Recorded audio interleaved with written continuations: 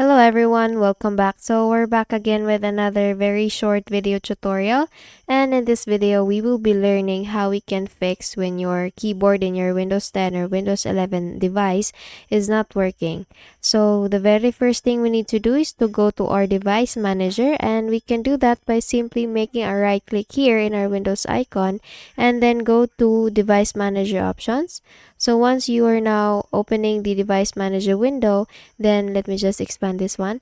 Then we will look for any option that says keyboard. So just like this one, once found, please click on this arrow here, and then you will see the keyboard driver in your device.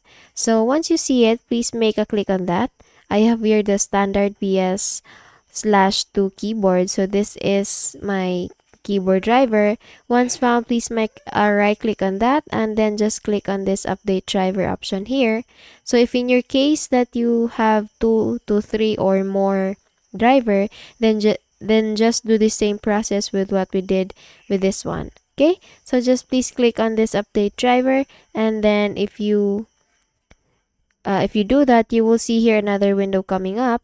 You will be asked, how do you want to search for drivers? So just please click on the first option that says search automatically for drivers. Please click on that, and once you do that, and when it says that the best drivers for your device are already installed, then you're good to go. So let me just close this one. If you have 2 or 3 keyboards, then just please do the same process with what we did.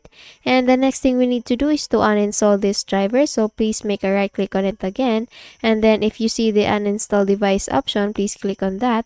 Once you do that, you will see here a small window coming up.